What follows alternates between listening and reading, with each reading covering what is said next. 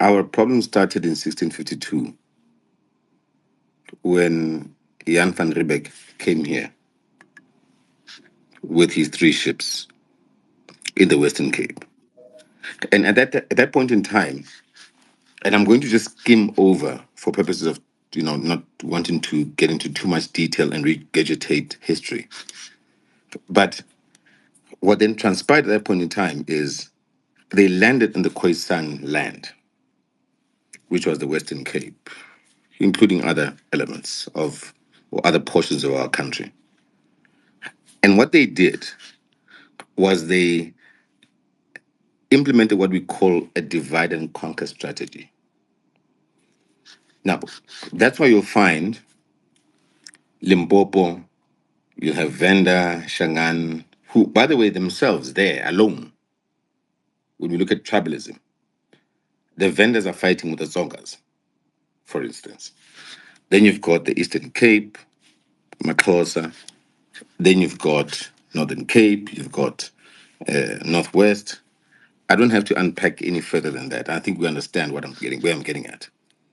But it was a divide and conquer on the basis of them knowing very well that if we're to be a unity, it was going to be problematic for them. And that's how what we then call what this country was named, the USA. Remember, this country at one point was called the USA, right? The Union of Southern Africa, where you have the British and the Afrikaners, in this case, consolidating and say, let's form a government. And they were apportioning allocations of land to themselves. And I think this is important that we understand why we find ourselves even talking about tribalism today. When in actual fact, there's no tribalism. By the way, it is designed by those that are not wanting us to unite. Now, I'm not going to use this platform to try and politic in terms of the MK manifesto, but I think it's important because the manifesto itself talks to that. Now, let's look at the issue of tribalism.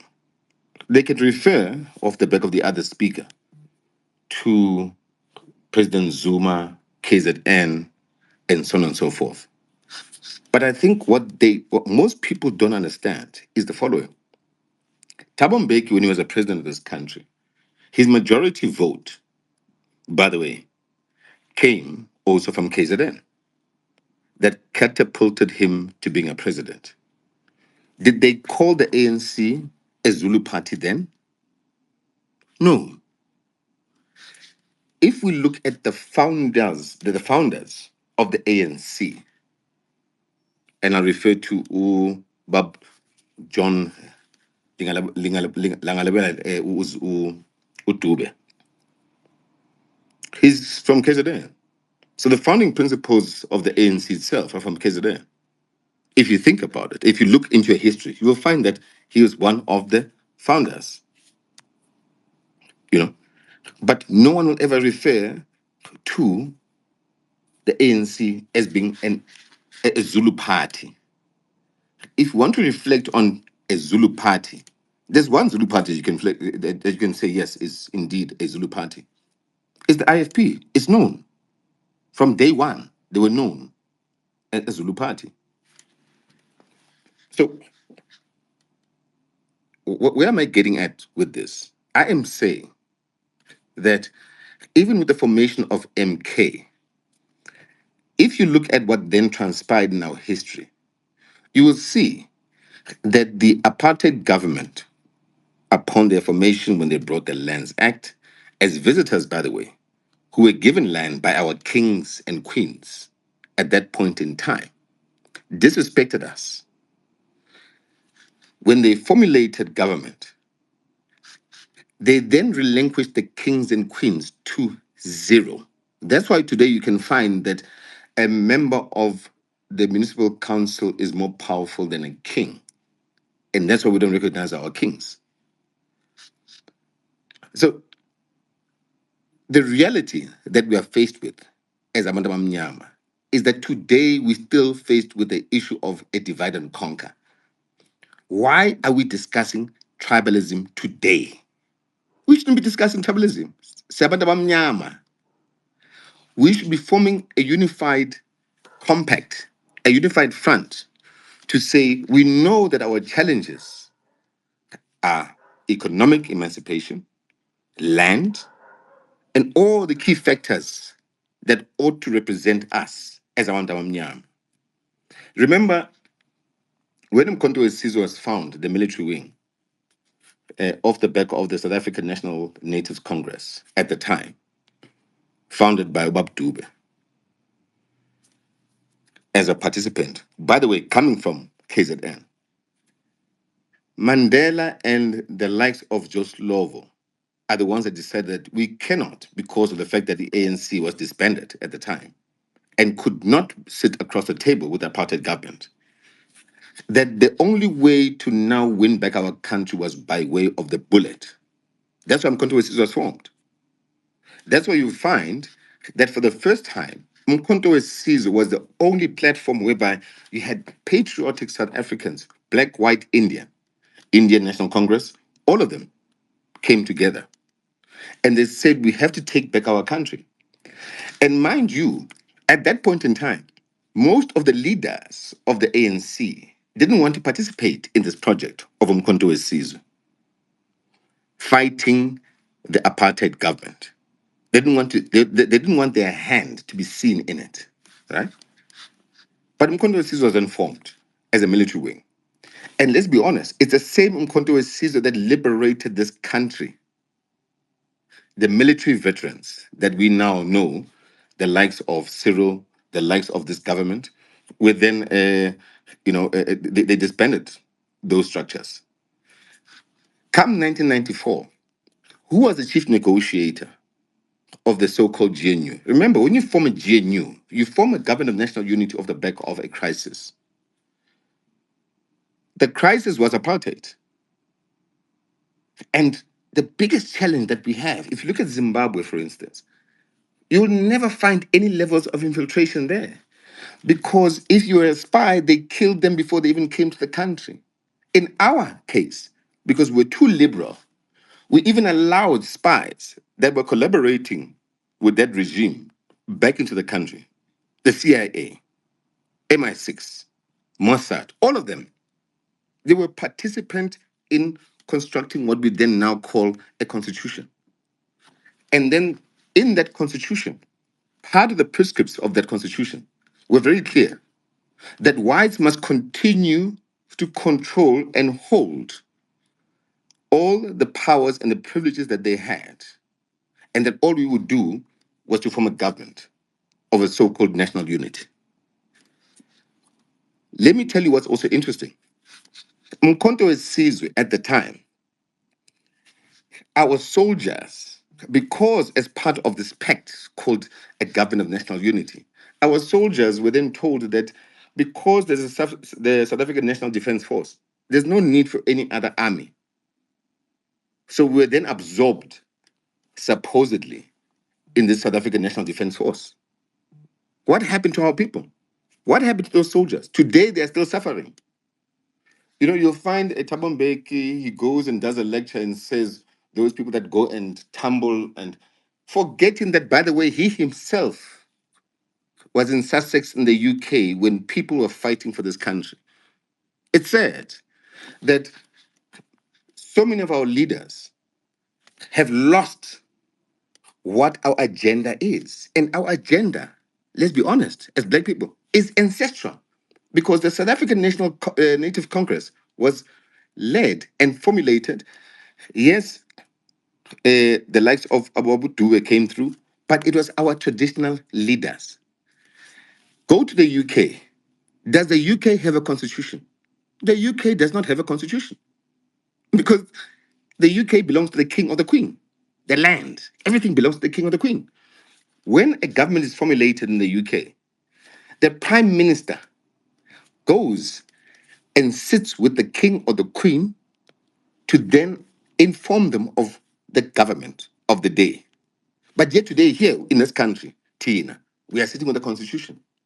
Whereas during apartheid, they had what they called parliamentary sovereignty, where the will of the people, don't forget at that point in time, we could not vote. So it was the will of their people.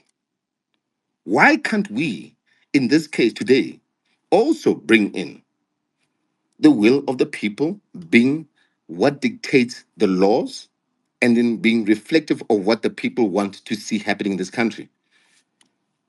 So why must we also have a constitution? We don't need a constitution. The will of the people that determines how parliament is constituted is what defines and what must define everything else. Remember, judges today, let me be clear, are lawyers. They became advocates. Advocates, they become judges. They are not voted in. None of you here can tell me that you voted a judge in. But yet, they can change the laws within parliament or reverse the laws within parliament that are decided by the people that voted a specific political party in. And we decided that.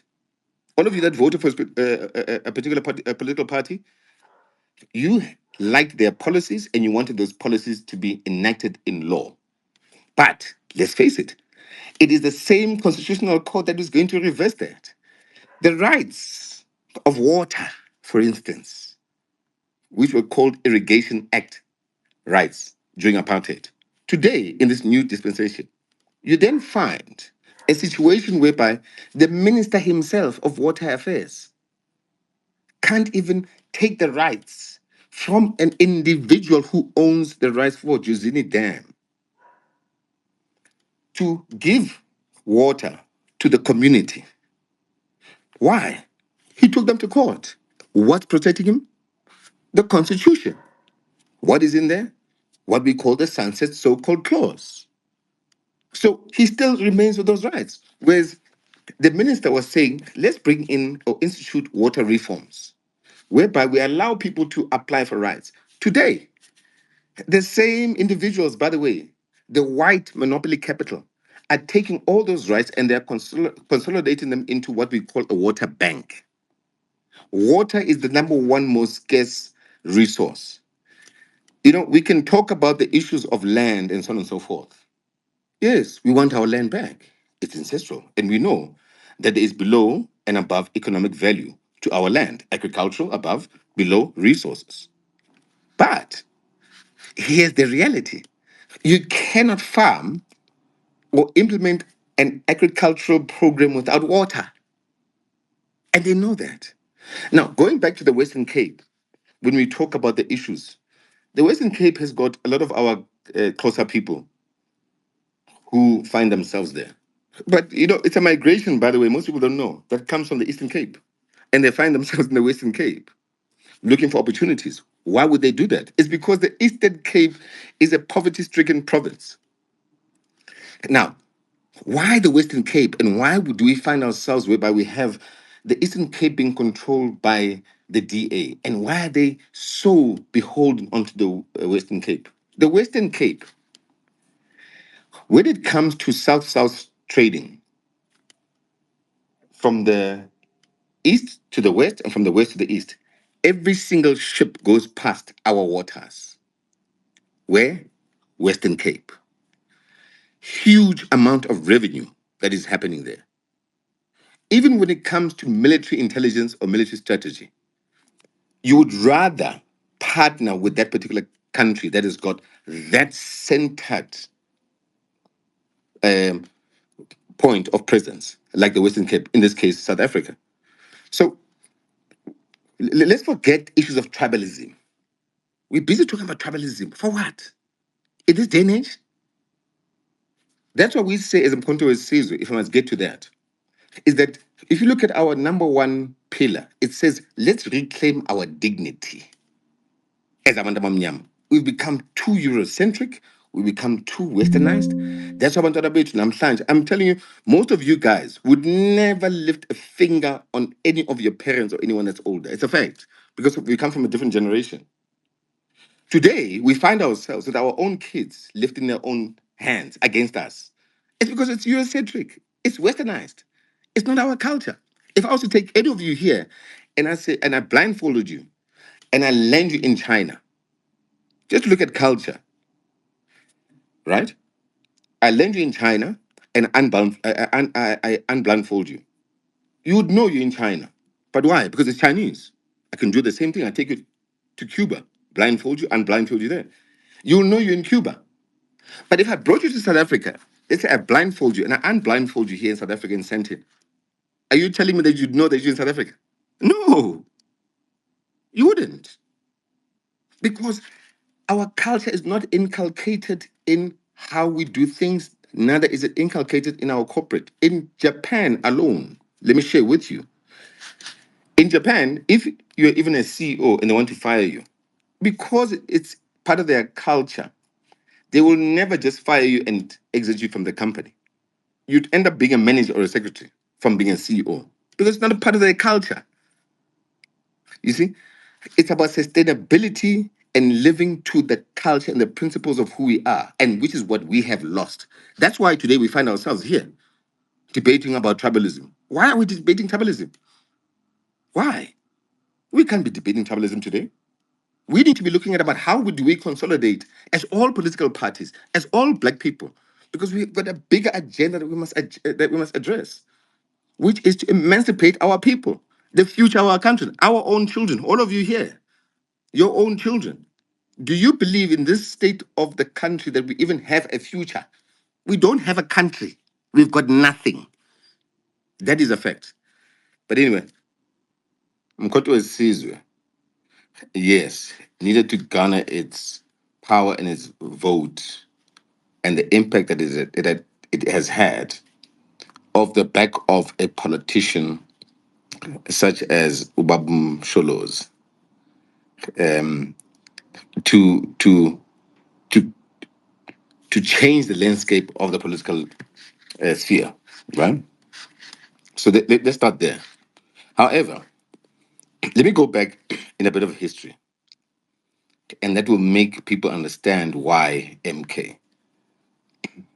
ANC in 1960 was disbanded, and the ANC at that point in time could not sit across the table and negotiate with the apartheid government because they were disbanded. That's why the emergence of, in 1961, on the 16th of December, such as is the case, which is synonymous with the fact that 2023, we then announced MK, the party. But that MK in 1961 was there to win back the country by way of the bullet. Now, why was MK formed? For exactly that. For all South Africans with brilliant minds that wanted to see change, and South Africans that were patriotic to emancipating and liberating our people. So let me start there. Now, in come 2020, 2023, 16 December, you now have MK party, where we decided strategically that we're going to announce MK 6 months before. Why did we do that? Because we know that there are so many dynamics that we are fighting against a machinery of government that is controlled by imperialists via Ramaphosa, who's a sellout. So, with that, what do we then do? With MK Party, we then said, let's give a platform to all South African patriotic citizens, such as was the case in 1961 when MK was formed. Now, MK in of itself, President Zuma knows, and we all know, that he can't, you know, live to 200 years. We all know that. But what I'm calling upon, and what we call upon as MK, is the following. The brilliant minds that are on this space are the ones that should be leading MK. Because MK is not a party based on an individual. Goes beyond President Zuma. What we need to be focusing on is to say, let's get the most skilled people, let's get the most progressive people in this country to join MK. And that is true. Who says you can be president of this country, of the back of MK? Class. Nati, only God, Hlati. Who says you guys can't be? Look at me. I was never in politics at all.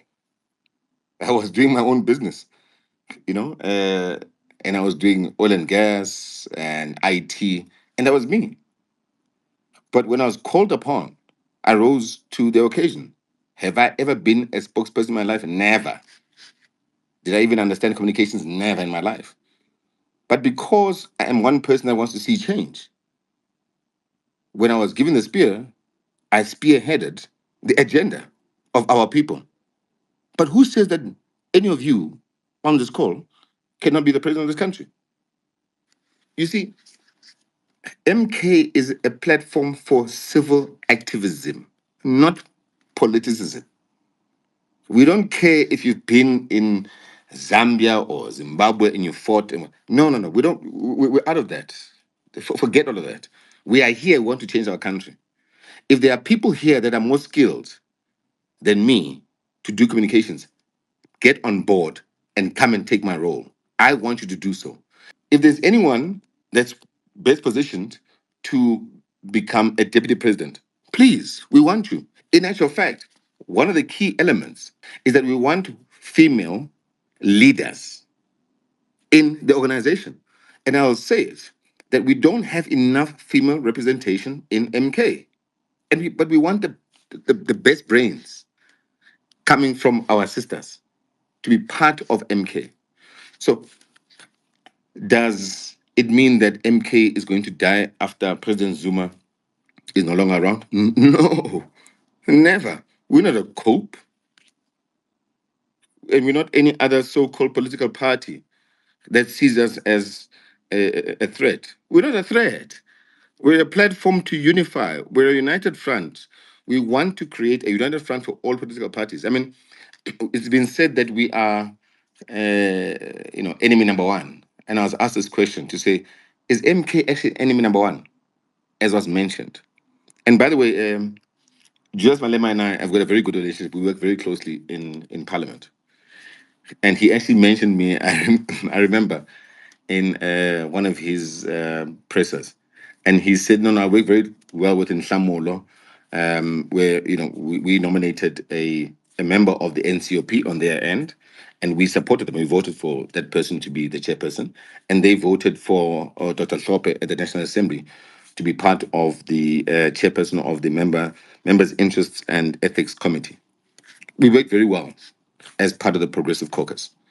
So if there's anyone that's going to say that is MK a threat or is MK enemy number one, yes, they're right. MK is enemy number one. But you see, in politics, you need to understand the following: that there's more than meets the eye in terms of what's said.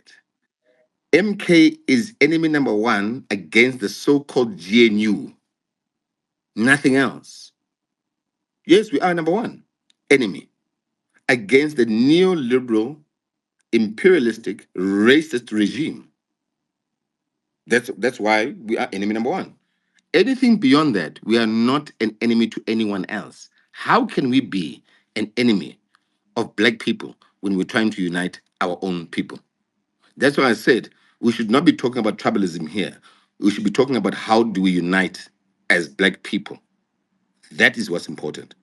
Helen Zille Health made it very clear that the only reason they're part of this so-called GNU or a DA-led coalition, she made it very clear. She said that business came to them as a DA and said, protect Ramaphosa, and funded them. And you must form a government with Ramaphosa. Mind you, let's not forget that it's the same DA that was also pioneering an agenda to impeach Ramaphosa. What made them change? It's because big business went to them and said, by the way, let's protect Ramaphosa. So this is a marriage of convenience. This is, and I refer to it as a conglomeration of parties that are rejected, or should I say, a conglomeration of rejects. whose agenda is to maintain power but not to advance the liberation of our people. That's exactly what it is, nothing else. So remember, 30 years ago, Cyril Ramaphosa was the chief negotiator of the GNU. At that time, it made sense because remember, I said a GNU is formed off the back of a crisis. So, yes, we had to have a united government. 30 years later, guess who shows up? The same Ramaphosa as what? The chief negotiator. With who? The DA. Now, if you look at what happened 30 years, in the 30 years, has anything changed? No. We have the same spy, the same sellout, who's here today negotiating what he then calls a GNU, using the organic ANC vote, our people's vote, to give power to racists, to fraternize with racists, and give them power as ministers. That is what's happening here.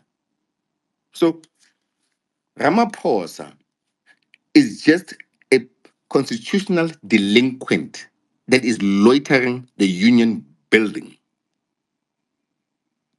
The only reason that the ANC has not dealt with him, because in the same way that they recalled President Zuma, which was the NEC, why can't this NEC do it?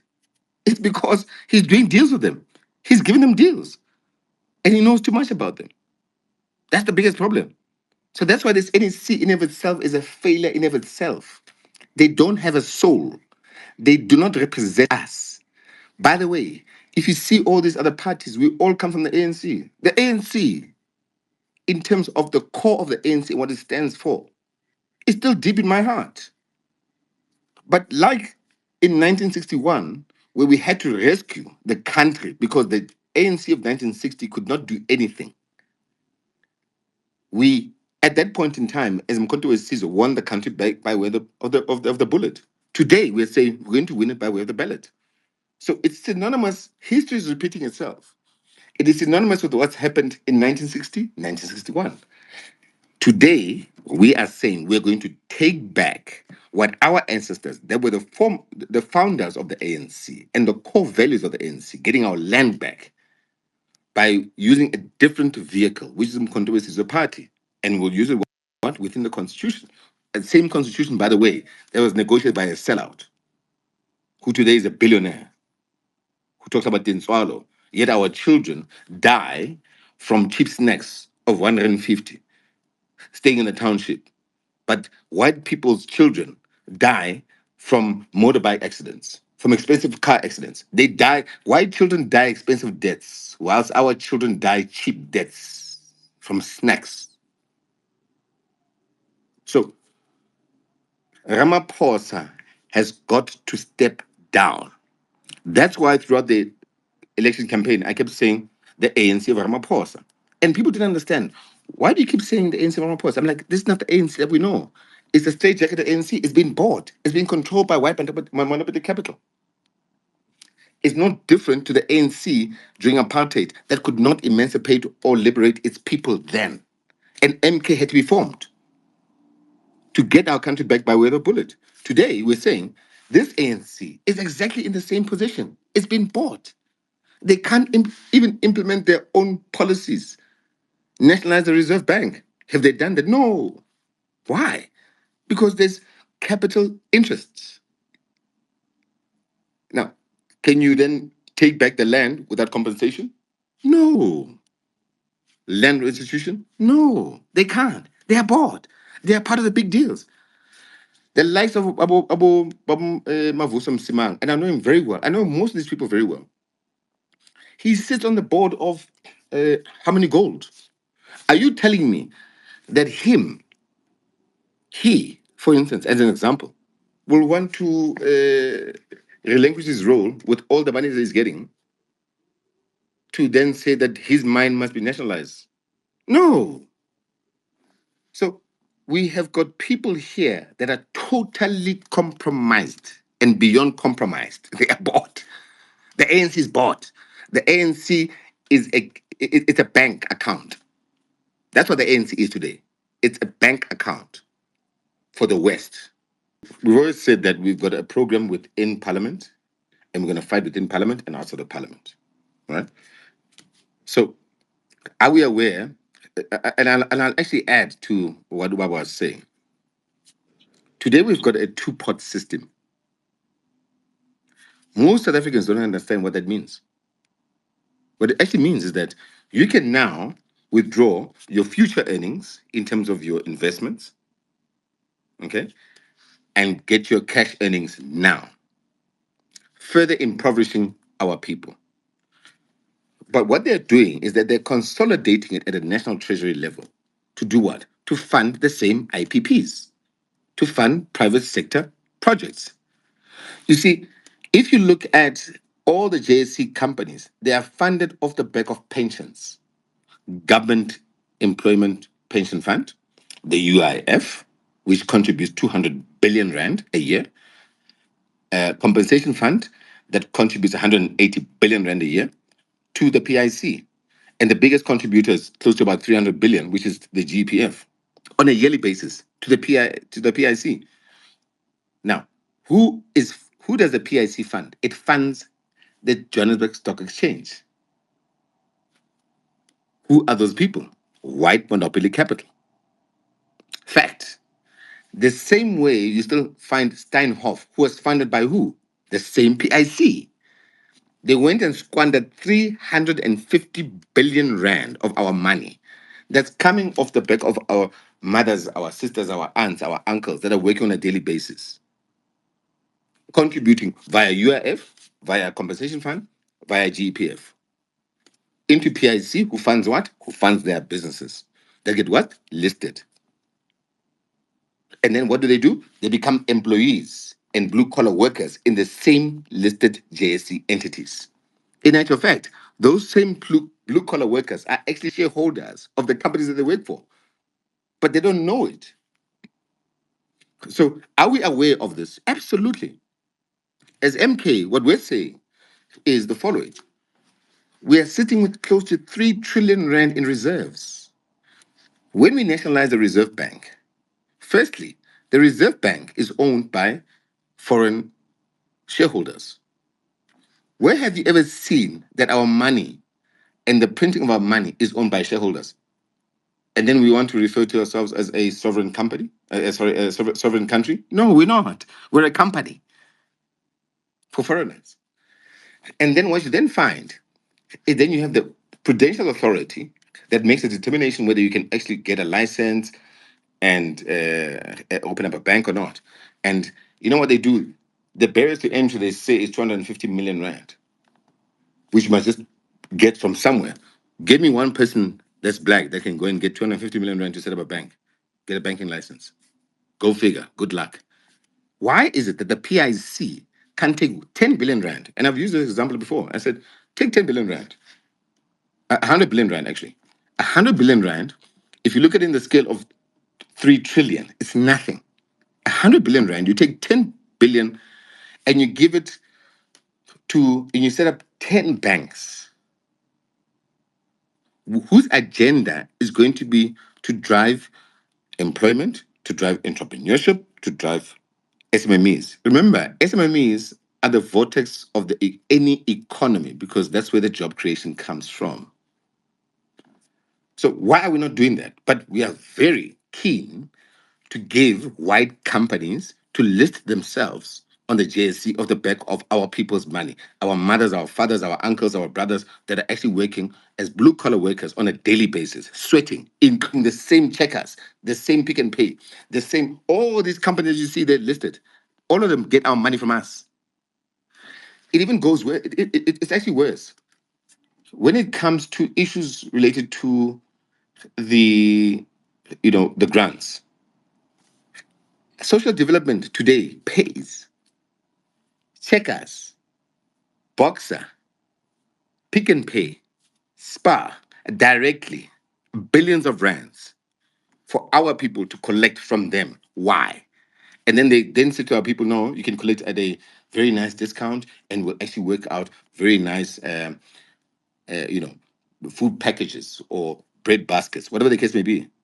But the fact is, why are we subsidizing white monopoly capital that we funded already via the PIC? Why? Why are we not giving black agricultural um, entities and giving them the farmers, giving them organic foods? That's where now the issue of GMO comes in. Now all of a sudden we are consuming food that we don't even know where it comes from. Abu Woolies and so on and so. We don't even know. All of a sudden there's a huge rise of black people now getting cancer. When it's in it's not part of it's never been part of our gene to be having cancer. So all I'm saying is that we need to conscientize ourselves when it comes to that. We are aware when it comes to the two-pot system, as Ubaba said, that they are busy funding of the back of treasury their own Cyril Ramaphosa's IPP deals beyond being dealt with. Cyril Ramaphosa must go to jail. We certainly will not give foreigners, in this case Nigerians, a tourist visa without a passport. I mean, does that even make sense? I mean, really, I'll give you a visa without a passport. And remember, the law in this country states very clearly and categorically that if you're going to invest in this country and you want to be a business investor, you must have a minimum of 5 million rand. So I want to ask a question. All these puzzle shops with these Pakistanis, do they even have 5 million rand? And even if they did have the 5 million rand, would they be opening a mass puzzle shop? So we can't allow illegal immigrants in our country. We've got porous borders. Now, here's the crazy thing. Cyril Ramaphosa forms this so-called GNU. He goes and gives power to the DA in the form of a minister called Schreiber. So Schreiber, let's not forget, you go to all these restaurants. Who are they owned by? White people. Where do they? Who are their employees? Zimbabweans. In most cases, who are illegal. So what are they doing? They are marginalizing us, marginalizing our people. Let's not forget, off the back of that, that whites in the system, they always mirror whatever we do. So, for instance, if you go to healthcare, uh, government hospitals, they've got private healthcare. If you got police, they've got private security. If you have education, they have private education. These people, by virtue of the same constitution, gave them too much power to a point where now, today, it's allowing them to bring in foreign illegals for cheap labor to marginalize us. And then what are they going to do at some point? Give them IDs. And when it comes to voting, they'll ensure that they vote for the DA. They'll ensure that they vote against us. That's exactly what's happening. It's a huge strategy that they're busy with these people. But psychologically, Tina Lapana, oh, okay, it's what ANC, but yeah, Omapos Lapana, yes, it's a GNU. There's no GNU. This is a coup. It is a coup that people don't even see. It's happening. It's a coup that's happening right under our noses and Cyril's nose. Let me put it this way. All that voted for ANC can tell why we said this is the ANC of Cyril Ramaphosa. Let's not forget that we all come from the ANC. We love the ANC, the true, unorganic ANC, not this ANC. It doesn't represent us. So, for those that voted for the ANC, they were betrayed because their power of their vote has now transcended into, white monopoly capital getting ministerial positions. They've sold out. They your vote is fraternizing with racists for those that voted for the ANC. Let me start there. We wanted it to happen this way. If we were not true to our cause as Mkhonto as a party, we would have joined the GNU. We've got enough power to do so. Did we do that? No. We're not going to. We're not going to sell out from our cause and then now join the GNU so we can have blue lights and all of us. Nhlamulo manje, uyi minister. It means nothing to me. That's why I think part of there's a question whereby our sister then raised to say you are in parliament or in government and then in the party. Yes, she's right. I myself, as of last week, if maybe some of you have not seen it, I resigned. I'm going to resign from parliament. I'm going to go back to the party. I'm resigning from parliament because there has to be a clear separation of duty, clear separation of power. And this has got nothing to do. Remember, this is just parliament, not even in government. I'm not a minister. I was just a member of parliament, right? So, but I'm going to step down, give someone else that role because we need to fix our party. I need to get back on the ground to ensure that Umkhonto is seizing what it stands for, that is aimed at liberating our people, stands true to the cause. So, yes, we know there's going to be elements of infiltration of individuals that come from different parties that want to now try and let me tell you, Mkonto is like a washing machine. We'll flash you out very quickly. And I can tell you on this call, with all of us here on this space, there are people that are not going to last if they've got agendas within Mkonto season, because we're not for that. Now, come 2026, we're going to take all municipalities. I can tell you, 70% of municipalities we're going to take. Forget this thing that you're seeing of the by-elections. We're just testing here our machinery. you know, we're just testing our machinery. We are focused on the bigger picture. And I can tell you, watch what happens before the end of the year. Let's say by mid-year next year. I've got a huge program. Watch what happens pertaining to that with the content season.